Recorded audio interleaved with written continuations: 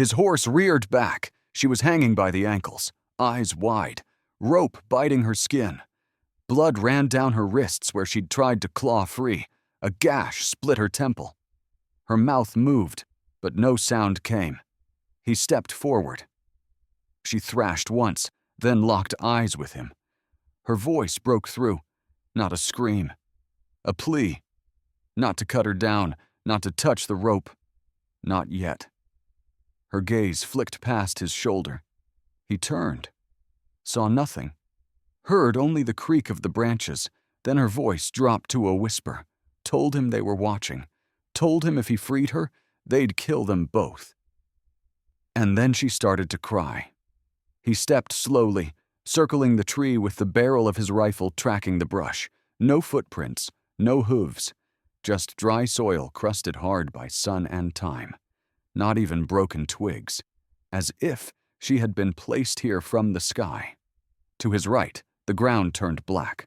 A wide circle of scorched dust, almost perfect in shape, baked flat and lifeless. Within it, bones, not scattered like coyotes left them. Arranged, bent ribs crossed, tiny vertebrae lined up along a straight groove, finger bones nested in concentric rings, charred but untouched by animals, deliberate. Human hands had done this, careful hands, ritual hands. He crouched low. The heat still lingered, though the sun had not touched this spot in hours. His fingers hovered just above the ash. Behind him, her voice cracked. He turned. Her mouth moved slowly, a whisper in Apache, soft, heavy. Her voice did not rise or plead. It recited. His skin pulled tight across his back. He didn't understand the words, but he understood the sound. It wasn't a prayer. It was a warning. She was upside down, body shaking slightly from the tension in her legs and arms, but her face was still, focused. He stepped toward the base of the tree, looked up at the rope, expected to see a common knot, a bandit's tie, rough and simple, but this one was not simple. The rope coiled in 7 distinct loops before it tucked back on itself. Each strand of the knot had a smaller thread woven through it, feathers threaded in near the crown of the loop, dark blue, bone white, and one red, tucked deep inside, pressed tight against her ankle. He stared. Not a noose, not meant to choke. The bindings were exact, tension to hold her in place, not enough to tear skin, just enough to bind. She looked down at him from her inverted view, hair hanging in a sheet of black toward the dust. He stepped closer. Her lips moved again. He didn't ask her to repeat. The wind was still. The bones did not rattle. But his own heartbeat had started to rise. He looked down at the burned ring again, realized there were no footprints inside it either. Not hers. Not anyone's. Not even his. He had not crossed it. The moment froze. She was not tied to die. She was tied to be held. And something was watching whether that hold would break. A dry branch snapped. He turned fast, rifle raised, heel planted, eyes locked. The sound had come from the thicket east of the tree, where the mesquite grew thick and low, where the light dropped and shadows lingered beneath the green. Then came the voice. Not hers, not his own mind. It curled slow and low from the brush, a whisper made of stone and smoke. Male, ancient, not words, just breath with shape. The cowboy held still. The woman did not look. Her eyes were closed now. Her lips moved soundlessly. Her fingers twitched, reaching for something that wasn't there. He backed up a step, then another. The voice did not follow. It stayed there, in the mesquite, heavy, waiting. He turned his head toward her. She opened her eyes, said nothing, just stared. Then her jaw trembled. They are close. Her voice cracked with the effort, her throat dry from blood loss and dust. But the fear made her clear. They are close, and they are watching. He scanned the hills again. Still no movement, still no prints, still the air like stone. watching what he stepped toward the rope. Her body twitched, a single sharp twist. Her arms flexed and her breath caught. "Not that," she said. "Not that. Not yet." He froze. His boot stood just outside the circle. He had not touched the rope. He had not crossed. But he was about to. She looked down at him again. Not pleading, not panicked, warning. If he touched it, it would change. She whispered again, not a test for her. A test for him. That tree was a lure, or a punishment, or both. She was not prey, she was bait. He dropped to one knee and put his hand on the dirt, still warm, still ash. But no scent of death, no decay, only ritual.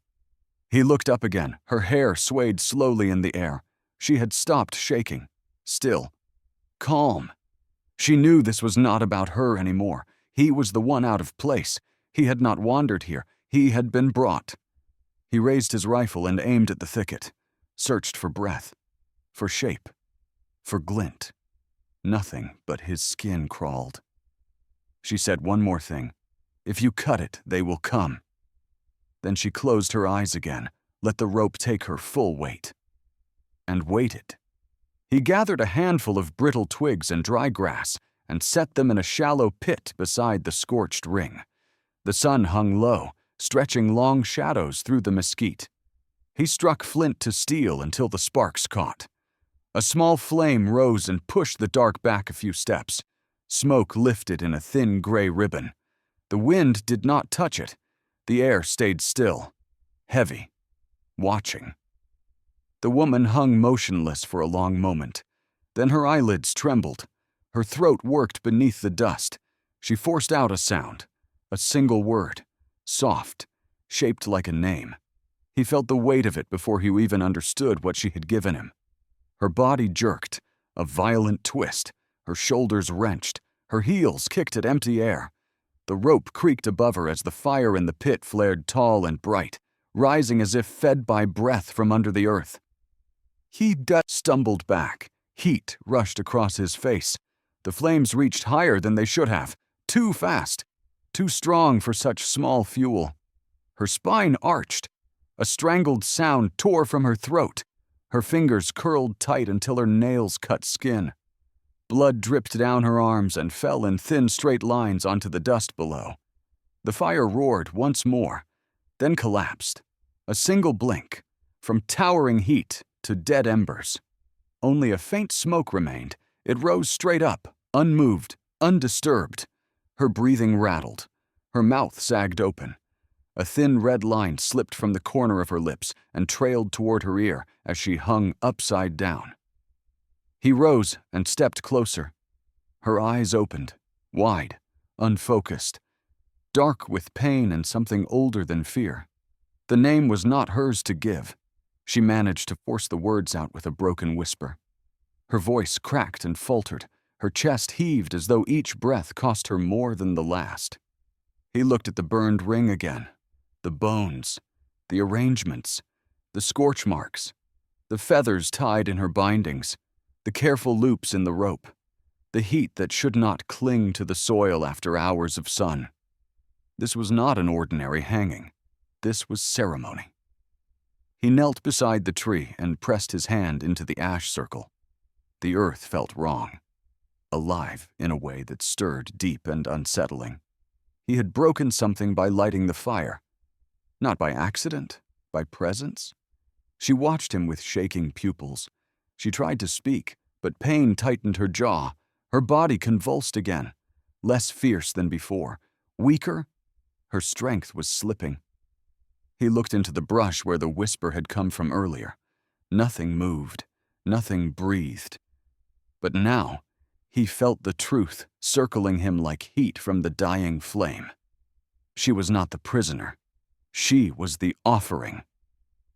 And by hearing her name, he had stepped into the ritual that bound her. And now it bound him too. The last of the fire's smoke had thinned to a pale thread. Ash settled over the burned ring like dry snow. He stood at the edge of it, staring at the woman's face. She was silent now, eyes closed, her chest barely moved. Then his neck stiffened. He felt it before he saw it. Something was on the ridge. He turned slowly. There, above the basin, a single figure, motionless, painted face, bone white across the cheeks, red down the throat, a tall rider on a lean black horse, holding a lance upright beside the saddle. No wind moved the feathers at its tip. No dust rose from the hooves. No breath from the horse. The cowboy lifted his rifle, brought it to his shoulder, locked his arms. The rider did not move, not a blink, not a flinch. The woman made no sound. He looked back. Her eyes were still closed, skin pale with strain, lips parted but slack. He turned again toward the ridge. The figure was gone. No gallop, no descent, just empty rock. The cowboy lowered his rifle, slowly, every tendon in his arm locked. He scanned the ridge again, then to the brush, then toward the ground, still low, sign of hoofprint, no sound, just silence pressing tight around him. He stepped back toward the tree, the woman's breathing caught in her throat, still unconscious, still bound. He looked down at the roots, the burned soil, the scorched pattern. He knelt, pulled his knife from its sheath, and began to dig with one hand in the blade. Loose dust, hardened clay, something beneath. After several inches, the metal hit cloth. He cleared around it, pulled out a small pouch wrapped in deer hide, tied tight with sinew. The leather was old but intact, stiff with age, dried dark. He paused, then unwrapped it. Inside was a severed tongue, not fresh, not rotted, preserved, cleanly cut, wrapped in a strip of faded cloth marked with black paint, the same symbols he had seen on the feathers, the same shape carved into the dirt with the bones. He held it up for only a moment before wrapping it again and placing it back in the pouch. The earth around him stayed still. The sky above him held its blue. But something beneath had shifted. He stood and looked once more toward the ridge. No rider. But the message was clear. He had seen the face. He had found the offering. He had opened the ground. And now the silence was not ignorance. It was waiting. The light began to change. The sun had dropped behind the ridge. The basin cooled. Shadows stretched thin across the dirt. The tree stood tall and bare, the rope still swaying. He sat near the ashes, boots planted firm, rifle across his knees, watching her. Her chest rose, shallow, measured. Her mouth moved but made no sound. Then the rope pulled tighter. Not from weight, from will. He stood quickly, one hand on the rifle grip, eyes locked on her body. Her skin was changing. The bruises along her ribs dulled, then faded. The split in her lip sealed with slow precision. The crusted blood on her arms peeled like old bark. Her wrists turned smooth, whole. Her neck straightened, her fingers relaxed. The bruises on her legs vanished like smoke. She no longer looked like a woman left to die. She looked like a woman waiting. Her eyes opened, no longer blackened with pain. Now golden, bright, unnatural. A color not born from sun or hunger or desert heat. She looked down at him with full awareness. He stepped back, one pace, two. Her face did not move. Then she spoke. The words landed inside his skull like stone. He was not just a man on a horse, not a wanderer, not a rescuer. He had been pulled, chosen. He shook his head once, not in denial, in fear. She spoke again, said his blood held memory, that the tree knew it, that the ground remembered him. He felt the weight of it in his chest. Not accusation, recognition. The rope twisted slightly, still holding her. But no longer by force. It was not suspension, it was placement. She hung with purpose, arms slack, muscles relaxed, no strain in the shoulders, no pain in the joints. She belonged there. He turned to run, but his feet held. He looked down. No vines, no rope, no trap. Just his own boots locked in place, as if the dirt beneath them had hardened. She watched him. Not angry, not pleading, just knowing. The breeze stirred dust at the base of the ridge. A single coyote call echoed far off in the dry hills. But within the circle, all remained still. He clenched the rifle tighter, took another breath. Her mouth moved again. No sound. But he heard it. Not in his ears, in his blood. The rope cinched one more time, snug against her ankles, tighter than before. But not cruel, not punishing. She had allowed it. He realized then that she had always allowed it. The ritual had not broken. He had not stopped it. He had stepped into it. She stared through him now, into what came before him, and what would follow after. He felt something shift beneath him, not movement, not tremor. A presence, a pressure rising from the soil and pushing upward through the soles of his boots. He steadied himself and glanced down. Something dark stained the leather. At first he thought it was dust caught in the seams. Then he crouched, brought his hand close, not to touch, just to see. Symbols, painted shapes carved into the sides of his boots. Faded, thin, almost blended into the leather. Symbols he knew he had never drawn. Lines, circles, crosses, marks that matched the patterns he had seen in the scorched ring. The same as those traced by bones arranged in deliberate shapes. The same as the ink on the cloth, wrapped around the severed tongue. His breath tightened. She watched him with golden eyes, upside down, but perceiving him with perfect clarity. He looked up at her, looked back at the boots. The marks had not appeared today. They had been worn into the leather, weathered, scraped, worked in by days of travel. He had been walking in the symbols, walking inside them, completing shapes with every step, closing lines he never knew existed. Her voice drifted across the still air, soft, steady, certain. He had been in the ceremony long before he found her. Days, maybe more. Each step had drawn another line. Each mile had linked him deeper. He had followed the marks without knowing. He had traced the circle until he stood at its center. He felt the truth settle heavy across his shoulders. This place was not coincidence. He had been led here. She explained further. A shape like this could only end one of two ways, release or sacrifice. To cut her free would open the circle. To break its tension would push its power outward, straight into him. He listened without interrupting. She said he was the hinge, the fulcrum, the blood that sealed the line. Everything he had done since stepping into their land had been guided by the pattern beneath him. He looked at the painted marks on his boots. They were bleeding. Thin streams of red seeped from the carved shapes, not heavy blood, not dripping, but thin lines, slowly tracing along the grooves. The liquid oozed from the leather as if the symbols themselves had opened like wounds. He staggered back and nearly fell. The bleeding did not stop. A metallic scent filled the air, faint but undeniable. The dust around his feet darkened as drops fell into the dry soil and spread like tiny shadows. She watched him, not cruelly, not pleading, just witnessing. He wanted to scrape the marks away, to rub them off with dirt or cloth or blade. But the leather seemed to pulse in rhythm with his heartbeat. The stains grew darker. The circle was closing. He stepped back farther. The bleeding followed. The marks pulsed again. She told him one last truth. To free her would end him. Because the circle demanded conclusion. His blood, not hers. He stood frozen, boots bleeding into the soil, and the night settling in around them. The wind was gone, not stilled. Gone.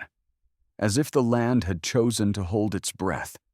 He stood just outside the painted circle, knife in hand, blade low, shoulders tight, watching her. She did not move. Her eyes remained open, golden, watching him. He stepped forward, 1 foot into the line of ash. The dust shifted around his boot but did not rise. The circle accepted him now, welcomed him. The rope creaked once. She spoke. The words were slow, each one pulled from deep in her chest. Not warning, not fear, not even hope. Resignation. Her voice told him she had said this before, to someone else, or maybe just into the dark. He looked up at her face. Her body swayed gently with the tension of the rope, no longer straining. She had surrendered to it. Let it take her weight. Let it bind her limbs. Let it mark her with silence. He reached up. The knife touched the fibers. They pulsed beneath the blade. Once, then stilled. His hand did not shake. He sliced. The rope gave. She fell hard, hit the ground shoulder first, and rolled. Dust kicked up around her but did not drift. It fell fast, heavy, as if the earth refused to let it linger. He dropped to one knee beside her. Her body convulsed once, breath hitched, then steadied. She turned her head toward him. Not in gratitude, not in pain, but with certainty. He had done it. The circle was open. He turned. The tree groaned behind him. A long, low creak through the trunk. No wind moved its branches, but the bark peeled slightly near the base, as if something old had exhaled through the roots. He stood slowly, looked down at his boots. The painted symbols glowed faintly, not bright, just enough to shimmer in the fading light. Then they faded. Blood stopped leaking from the seams. The leather dried, cracked, became normal again. But it was not over. Not yet. He turned toward the woman. Her eyes were closed now. Her hands curled into the dust, her breathing soft. The earth beneath her was warm. Not from sun, from presence. Something stirred deep below, a hum without sound, a pressure without shape. He looked up at the sky. The moon had risen, full, pale, hung low and heavy. Its light bent around the edges of the branches, casting no clear shadow. He stepped back, the knife still in his hand. The silence no longer watched. It listened. She spoke again, this time without words. A feeling pressed into his chest. He had freed her, but something else had risen. And now it watched them both. The first sound came from the tree, not a breeze, not a groan. A crack, deep, dry, from within. He turned as the trunk split along its center, not broken by force, opened by intent. The ground beneath them pulsed, dust lifted, then fell flat. The air thickened, no scent, just weight. The woman's limbs jerked once, then went still. He rushed to her side, caught her just before her head struck the earth. Her body was warm, too warm, not with fever, with something deeper, something rising from inside her. He held her close. The soil beneath them shifted again, a long, low tremble. The basin moved out, not by inches, by presence. The earth did not shake, it breathed.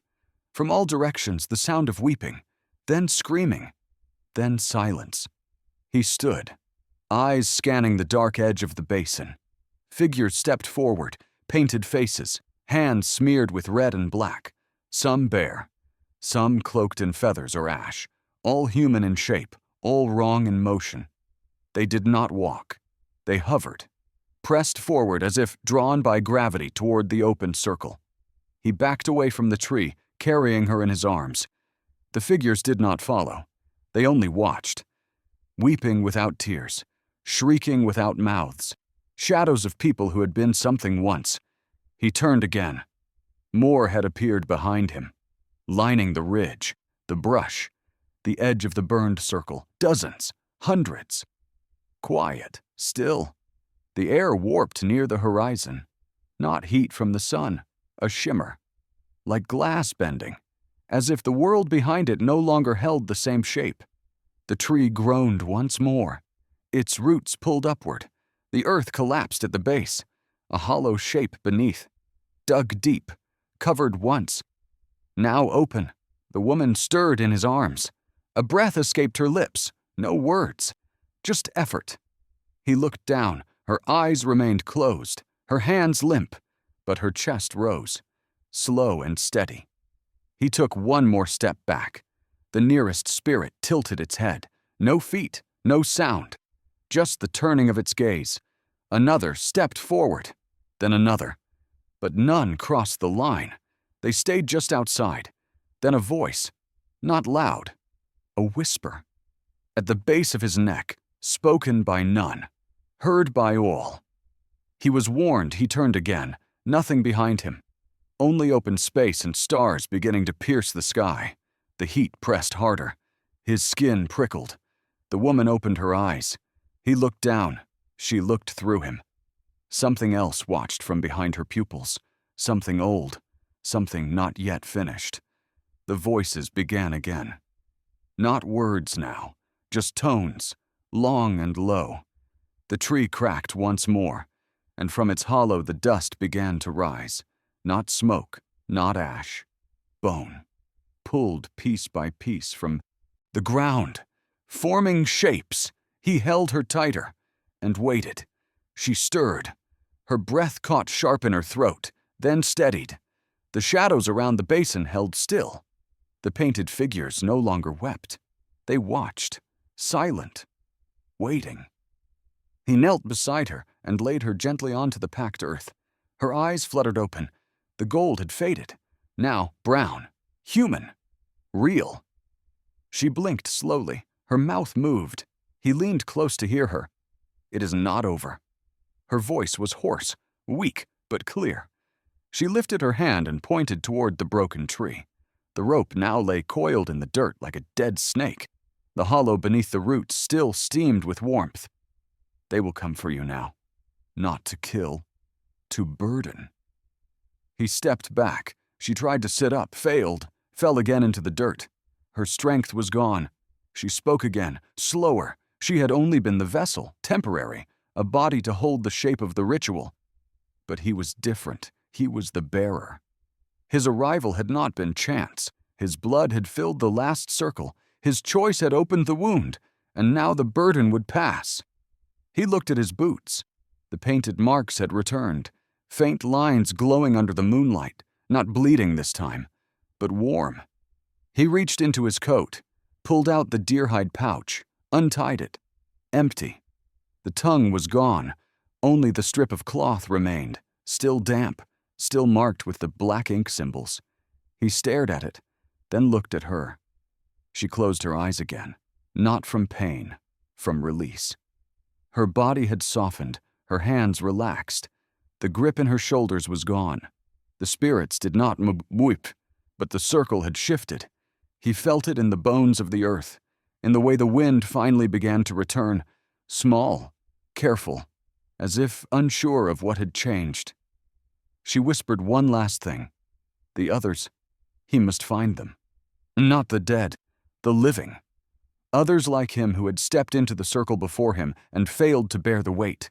Their failure had scattered the ritual, left the spirits hungry, left the land twisted.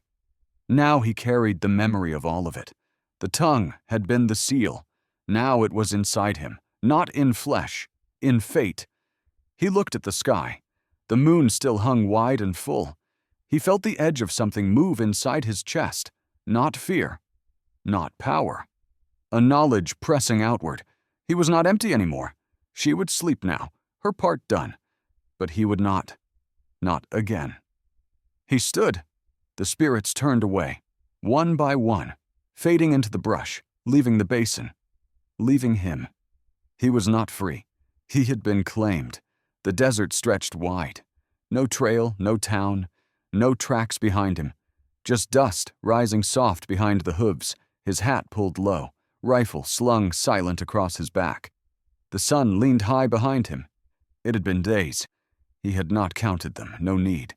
Each morning felt the same. Each night folded into the last. He did not look back. He had left her by the basin, still breathing, still human. The spirits had faded one by one into the brush. Not gone, just buried again. The land had accepted the blood, for now. Each night he made camp beneath new rock, sometimes near dry creek beds, sometimes beside boulders cracked by centuries. He never chose the place. The place chose him, and each morning it was there. The rope, fresh, coiled, set neatly by the fire pit, clean, untangled, the same length every time. Feathers still tied near one end, a red one tucked deepest. Unchanged. He never heard it placed, never saw who brought it. But it was always waiting. Sometimes it lay beside his saddle blanket, sometimes beside his boots, once on the saddle itself, as if reminding him it would ride too. He never touched it. Not at first. He only watched, but it never left. He tried once to ride hard through the night, push his horse until the sky turned pale. He made it 30 miles west before the animal gave out. He slept under open sky, woke stiff, and found the rope at his side. He began to understand. It was not for the girl. It was not for the tree. It was for what came next. Each knot was a name, each coil a path, each loop a memory. The sun dipped low again behind the ridge. The light turned gold and quiet. He stopped beside a lone juniper, let the horse drink what little water remained in the canteen, pulled out a crust of bread, ate without hunger, then reached down and picked up the rope. For the first time he tied it, looped it once through the saddle ring, tight, secure. Let the end hang behind the stirrup. The feathers swayed gently in the dry breeze. He stepped back, watched it. It looked like it had always been there. He turned toward the west, tightened the rifle strap, tied his bedroll, then walked. Not far, just enough to see the ridge beyond.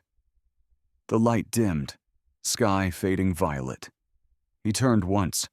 Far in the distance the tree still stood, barren, split down the middle, empty now, but watching. Then he heard it. A voice. Faint, too far to be real, too clear to be imagined. It was his own, calling from somewhere ahead. Not in pain, not in fear, just calling. He pulled his coat tight and walked toward it. Subscribe, like, and comment the Old Western Tales.